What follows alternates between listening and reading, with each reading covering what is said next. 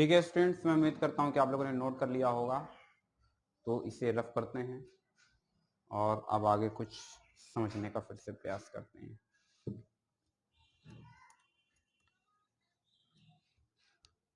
Function का classification class 11th में पढ़ाया था, क्लासिफिकेशन ऑफ द फंक्शन। तो कोई बता सकता है क्लासिफिकेशन कितने पार्ट्स में होता है?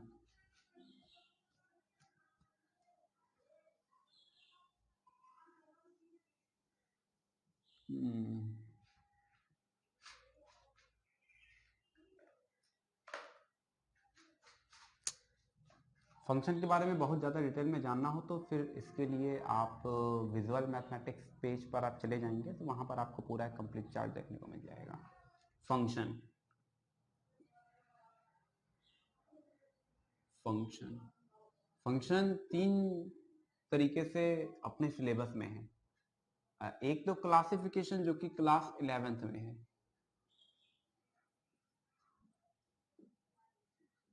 फिर दूसरा आता है इसके टाइप्स, ये क्लास 12th में है, अभी पढ़ाया नहीं है। तीसरा आता है रिप्रेजेंटेशन। हालांकि इसके रिप्रेजेंटेशन तो इसको कई तरीके से रिप्रेजेंट कर सकते हैं, लेकिन अपने सिलेबस में केवल दो ही हैं, तो देख लेते हैं कि कौन कौन से हैं। एक आता है कार्टेशियन फॉर्म, और जो कार्टेशियन फॉर्म होगा वो फिर से दो पार्ट पर डिफाइन हो जाता है। एक होता है एक्सप्लिसिट फंक्शन और दूसरा होता है इम्प्लिसिट फंक्शन। अब जो एक्सप्लिसिट फंक्शन है उसको डिफाइन करने का अच्छा तरीका ये होता है कि वहां पर डिपेंडेंट और इंडिपेंडेंट वेरिएबल आपको प्रॉपर पता चल जाते हैं। आप अच्छे तरीके से जानते हैं कि जो भी आरएचएस में फंक्शन दिया होता है वो असल में इंडिपेंडेंट बोला जाता है, और जो यहाँ पर लिखा होता है उसको डिपेंडेंट बोलते हैं। जबकि इम्प्लिसिट की बात करते हैं तो आप कभी भी ये नहीं बता पाएंगे कि which function is exactly independent, which variable is exactly independent variable. इसका रिप्रेजेंटेशन हमेशा कुछ इस फॉर्म पर होता है। इसके वेरियस केसेस हम जानते हैं, x square plus y square equals to a square, question of circle, पता ही नहीं है एक्स और वाई में कौन इंडिपेंडेंट है कौन डिपेंडेंट है। सेम प्रोसेस आप एलिप्स भी जानते हैं। अब इसका एक अगर हम दूसरा एग्जांपल अडॉप्ट करें तो Y square equals to 4ax, बिल्कुल साफ साफ क्लियर है कि ये एग्जैक्टली जो आप देख रहे हैं ये क्या है, ये एग्जैक्टली एक एक्सप्लिसिट फॉर्म है जिसमें x और y इजीली पता चल रहे हैं। ठीक है, तो चीजें भी आपको क्लियर हो गई होंगी मैं उम्मीद करता हूँ। हालांकि यहाँ से जो इम्प्लिसिट होता है थोड़ा सा डीप में लेकर के चलते हैं। इम्प्लिसिट की सही डेफिनेशन ये होती है कि उसको किसी भी तरीके से अगर एक्सप्लिसिट में नहीं बदला जा सकता तभी उसको इम्प्लिसिट कहा जाएगा। अब अच्छा देखो, असल में क्या है कि इसको अगर हम चाहें तो हम ये लिख सकते हैं y square equals to a square minus x square. तो अभी हमको एग्जैक्टली पता चल रहा है कि यहाँ पर डिपेंडेंट वेरिएबल क्या है, इंडिपेंडेंट वेरिएबल क्या है। जबकि इसी जगह अगर हम ये वाली इक्वेशन अडॉप्ट करें, sine x y plus x plus y equals to 0। अब इसमें क्या है कि तुम किसी भी तरीके से फंक्शन को कंप्लीटली सेपरेट नहीं कर पाओगे, तो ये जो है ये प्योर इम्प्लिसिट है, जबकि ये एक्सप्लिसिट में कन्वर्ट हो सकती है।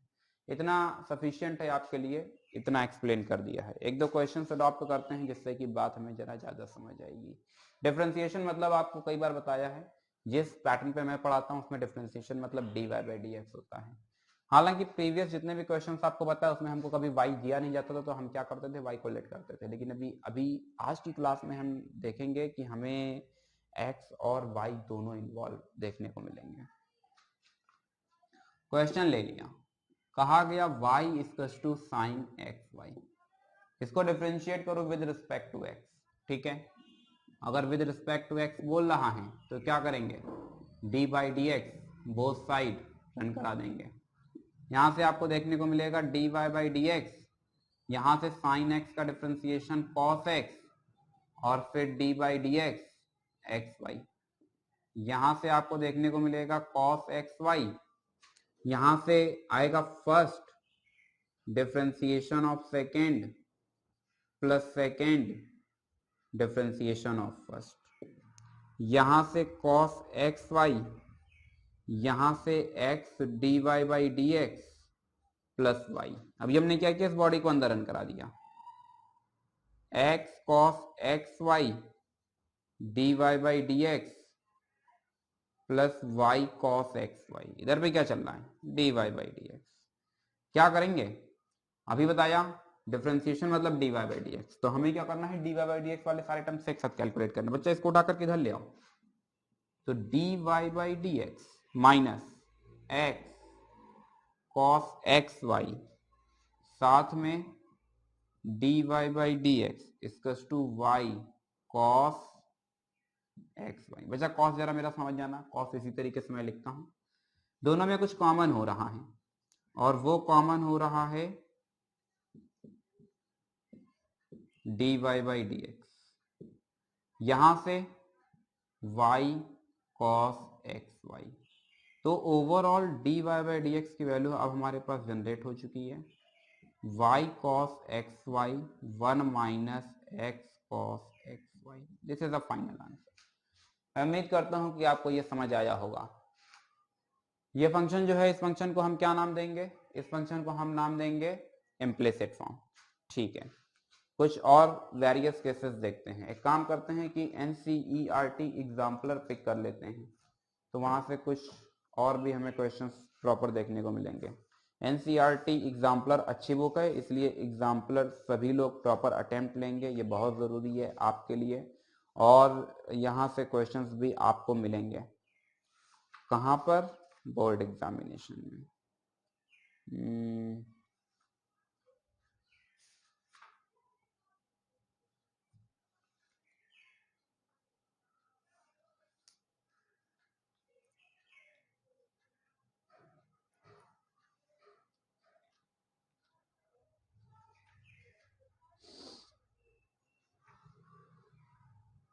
फटाफट नोट करेंगे इसे।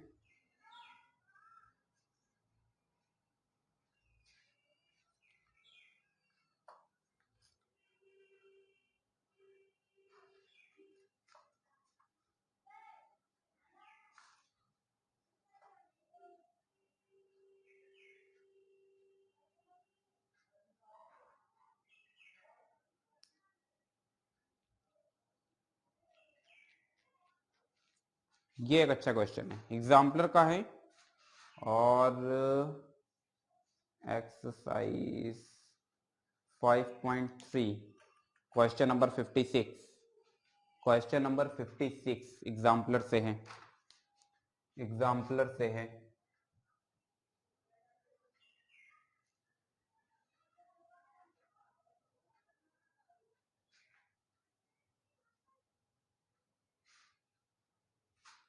एग्जाम्पलर से है क्वेश्चन नंबर 56। लिखा गया है tan inverse x square plus y square equals to a square. इसको डिफरेंशिएट करना है। ठीक है, इस क्वेश्चन से दो नई चीजें हम लोग सीखेंगे। पहले तो एक सिंपल सी चीज ये समझो कि हम इसको लिख सकते हैं x square plus y square equals to tan a square. ठीक है, कोई दिक्कत? बच्चा ये tan जो है, जब बोथ साइड tan फंक्शन को रन कराएंगे तो इधर से हमको केवल ये मिलेगा और इधर tan ए स्क्वायर। अब क्या करेंगे, d by d x both side run करा देंगे, then x square plus y square equals to d by d x, यहाँ से tan ए स्क्वायर, यहाँ से तुम्हें देखने को मिलेगा 2x plus 2y d y by d x. यहाँ पर x है, क्या यहाँ कहीं आपको x देखने को मिल रहा है?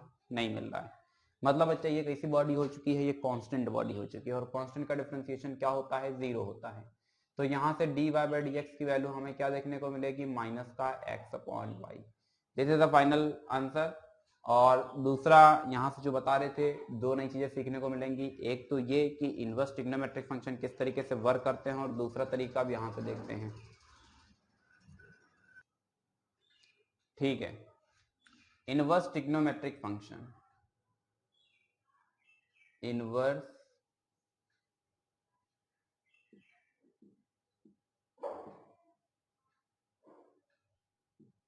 Inverse trigonometric function, inverse trigonometric function में formula number 1 d by d x sine x से आपको मिलता है, सॉरी इनवर्स फंक्शन है, sine inverse x, then 1 upon √1 minus x square. देखो बच्चे यहाँ पर दो चीजें हैं, ट्रिग्नोमेट्रिक फंक्शन और साथ में इनवर्स। इनवर्स मतलब अभी क्या है, साइन इनवर्स एक्स, मतलब ये पावर यार तुम लोग नहीं समझना कि ये साइन एक्स की पावर -1 है, ठीक है। अभी थोड़ा सा इसको और क्लियर करेंगे। Second, d by d x cos inverse x. बच्चा न्यूमेरिकली दोनों चीजें सेम होंगी, केवल साइन का डिफरेंस होगा। Formula number 3, d by d x tan inverse x 1 plus x square, d by d x cot inverse x -1/1 plus x square. Number 5, d by d x sec inverse x, यानी 1/x √x square -1। Formula number 6, d by d x cosec inverse x minus का 1/x √x square -1। There are 6 different type of formulas. हालांकि इसके पहले भी मैंने ये चीज आपको सिखा रखी है, जिन भी लोगों ने मेरे प्रीवियस लेक्चर अटेंड किए होंगे वो जानते हैं। डिफरेंशिएशन में जिनकी भी शुरुआत सी से होती है वो सारे के सारे आपको क्या देते हैं, नेगेटिव साइन देते हैं। इसलिए यहाँ भी निगेटिव है, यहाँ भी निगेटिव है, यहाँ पर निगेटिव है। ये बात इनवर्स फंक्शन पर भी लागू होती है और जनरल जो ट्रिग्नोमेट्रिक फंक्शन है उन पर भी लागू होती है, थोड़ा सा और बेहतर तरीके से। अभी हम आपको यहाँ पर बताने की कोशिश कर रहे हैं what is the basic difference between the inverse trigonometric function and trigonometric function. देखो बच्चा, यहाँ पर क्या होता है कि अगर साइन एक्स स्क्वायर है तो हम उसको लिख देते हैं साइन स्क्वायर एक्स, ये एब्सोल्युटली करेक्ट है। मगर याद रखना कि अगर लिखा गया है ये, तो आप कभी भी उसको ये नहीं लिख पाएंगे। ऐसा लिखना क्या है, गलत है। अब देखो इसका कारण ये है क्योंकि जो इनवर्स फंक्शन होते हैं बच्चा, इनका एक अपना पूरा एग्जिस्टेंस है, जबकि इसको अगर हम चाहें तो हम ये भी लिख सकते हैं। तो ये बनता है sine inverse x equals to cosec x, जबकि बचपन से अभी तक ऐसा हमने नहीं पढ़ा हुआ है, इसलिए ये बिल्कुल भी वैलिड नहीं है। तो इतनी बात समझे या नहीं समझे। हालांकि अभी भी अगर जिन लोगों को नहीं समझ आ रहा है कि ये क्या है, तो क्लास 11th में क्लासिफिकेशन मैंने पढ़ाया था। फंक्शन का क्लासिफिकेशन दो पार्ट्स पर होता है, एक अलजेब्रिक, दूसरा ट्रांसीडेंटल। फिर जो ट्रांसीडेंटल वाली ब्रांच थी उस ब्रांच में पढ़ाया था एक्सपोनेंशियल फंक्शन, दूसरा लॉगरिथम फंक्शन, तीसरा ट्रिग्नोमेट्रिक और चौथा इनवर्स ट्रिग्नोमेट्रिक। तो क्लास 11th में मैंने आपको बताया था कि ट्रांसीडेंटल की ब्रांच में इनवर्स फंक्शन एक अलग ब्रांच है और इनवर्स ट्रिग्नोमेट्रिक फंक्शन एक अलग ब्रांच है, यानी ट्रिग्नोमेट्रिक फंक्शन एक अलग ब्रांच है, इनवर्स ट्रिग्नोमेट्रिक फंक्शन एक अलग ब्रांच है। तो बच्चा ट्रिग्नोमेट्रिक वाली जो ब्रांच है वो क्लास 11th में सीख करके हैं, और जो इनवर्स ट्रिग्नोमेट्रिक की ब्रांच है वो भी हम लोग यहाँ पर डिस्कस करेंगे, ठीक है। एनीवे अभी हमें क्या करना है कि हमें इन 6 फॉर्मुलाज को लर्न कर लेना है। अब हम चाहते तो यहाँ पर इस पर्टिकुलर क्वेश्चन में इस फॉर्मूले का इस्तेमाल कर सकते थे, लेकिन क्या था कि उससे प्रॉब्लम थोड़ा सा कॉम्प्लिकेट हो जाता है, इसलिए हमने उसका सीधे इस्तेमाल नहीं किया हुआ है। अब हम क्या करेंगे, इसको थोड़ा सा सिंप्लीफाई किए हैं और उसके बाद में आगे प्रोसीड करा दिए हैं। एक दो क्वेश्चन और देखते हैं जिससे कि बात जरा ज्यादा समझ आएगी।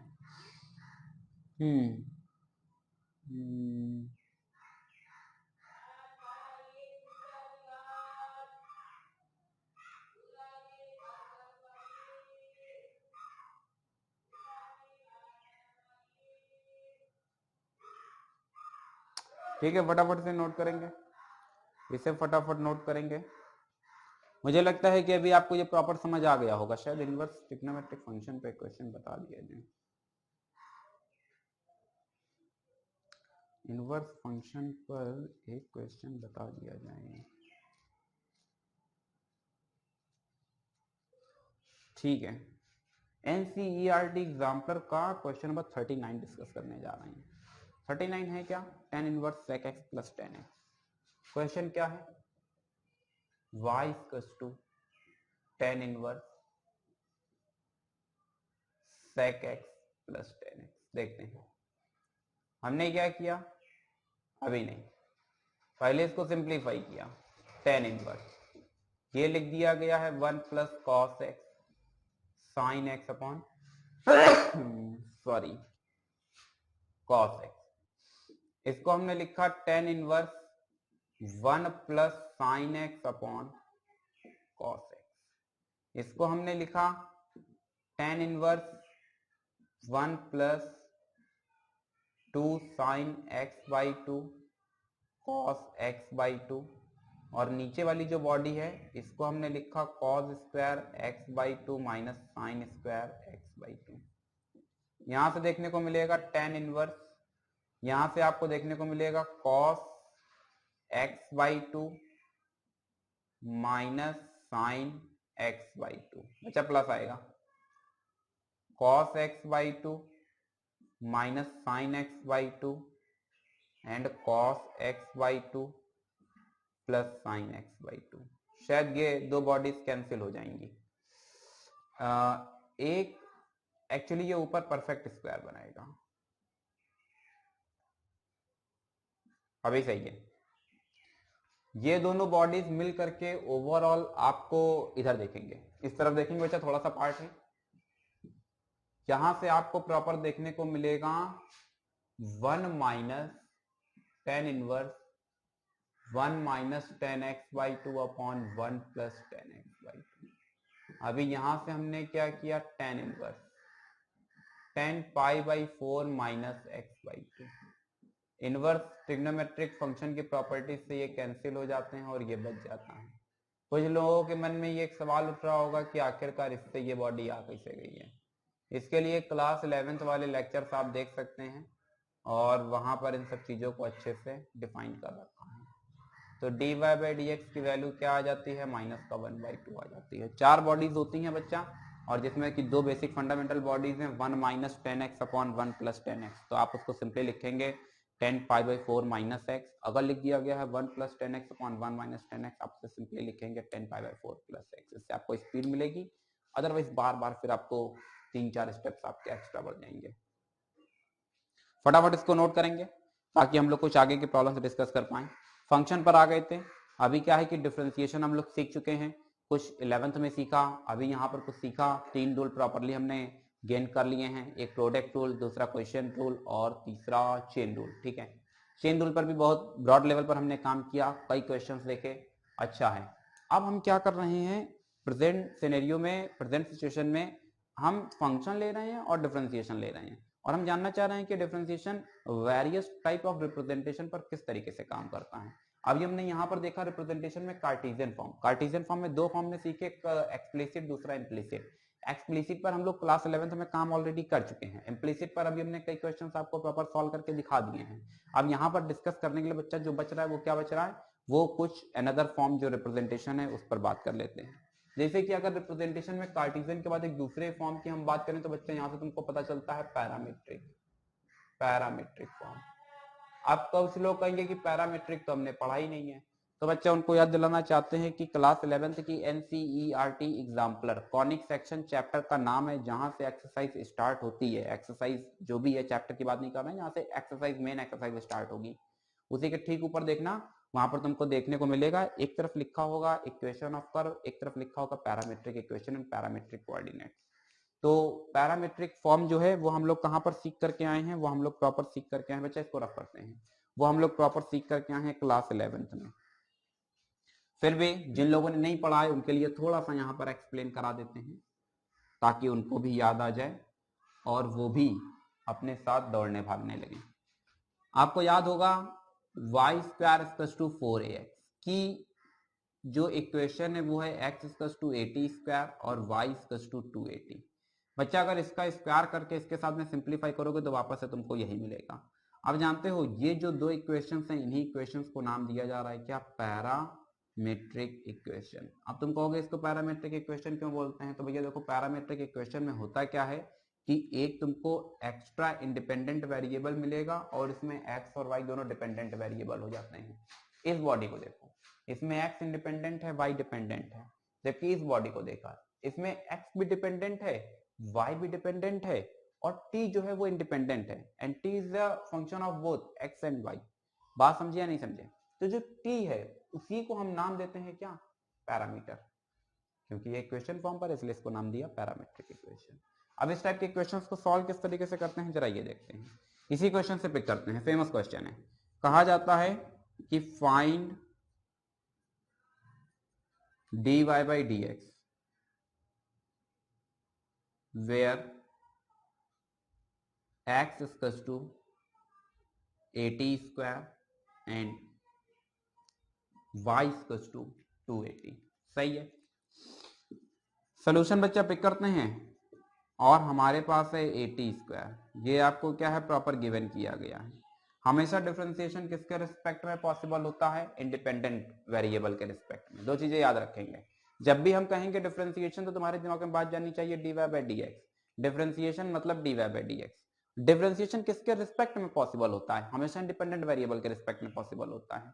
इंडिपेंडेंट वेरिएबल कौन सा होता है? इंडिपेंडेंट वेरिएबल वो होता है जो हमेशा आरएचएस में गिवन होता है। आरएचएस में इस समय क्या गिवन है बच्चा? है तो कांस्टेंट है, तो बचा क्या? टी। तो बच्चा टी जो है वो क्या है? वो है इंडिपेंडेंट वेरिएबल।